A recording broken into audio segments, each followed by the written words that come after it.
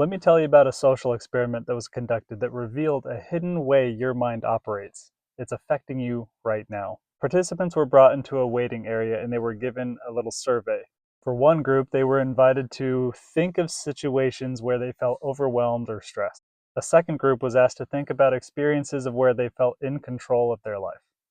After they filled out their surveys, they were brought into a second room, and the participants could go into one of two different rooms. One was a clean and tidy area, and the second room was a messy area. In both rooms, snacks were presented for the participants to eat. They had healthy options and unhealthy options, cookies versus fruit. And then they monitored to see how many calories people ate. What they found was that participants that had come up with scenarios in their life where they had felt out of control, anxious, and stressed ended up eating more calories, especially if they were put into a messy environment.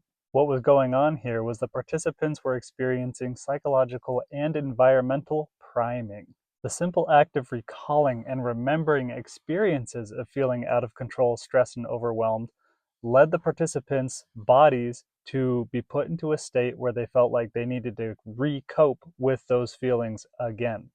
And it was exacerbated or made worse by the physical environment that they then moved into. Whether we realize it or not, we are constantly priming ourselves with the thoughts and the feelings and emotions, the memories that we ruminate on. If we aren't aware of it, we could be priming ourselves to seek out mood-altering substances, fast, easy rewards that suppress the uncomfortable emotions. Even if those things are undermining our energy, our ability to concentrate and focus, the trust in our relationships, our trust in ourselves, and sticking to our goals and our values. What's really happening is that your nervous system is stressed. You're in fight, flight, or freeze. As far as your body's concerned, you're standing in front of a hungry tiger who's staring at you. Here are 3 things that you can do to kick you out of that state and to reprime yourself to take the actions that are aligned with your goals. These 3 things hit on body, mind, and spirit. So the first things you can do is change your physiology, your physical state. You might notice that you're breathing really shallowly or that your muscles are tensing up.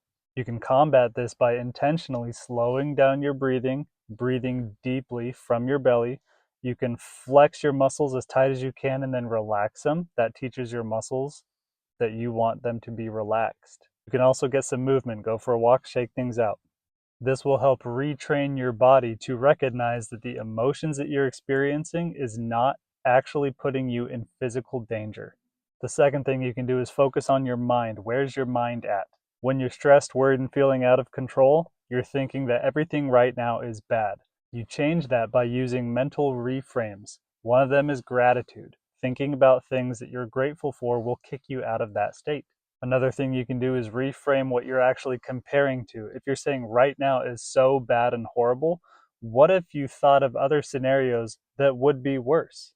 Then by comparison, what you're going through right now isn't that bad or is more manageable than it seemed before. You could also take time to remember other situations where you felt more positive feelings. Or you can use your imagination and envision a new scenario that hasn't ever happened, but in which you would feel a totally different set of emotions, positive, empowering emotions. The third thing you can do is check in with your spirit and your values. What actions would be aligned with your values and what actions would not be? It helps to have a list of coping mechanisms made up ahead of time that are known not to undermine your values. The strategies we've talked about so far, changing your physiology and changing your mindset, are some of them, and you can take it to the next level by choosing 1 or 2 solid steps forward to help address the actual situation that you're going through. One really effective way to find out what mood you're priming yourself into is to find a quiet place to sit alone in your thoughts and see what bubbles up to the surface. Let me know in the comments, what about this hits home for you?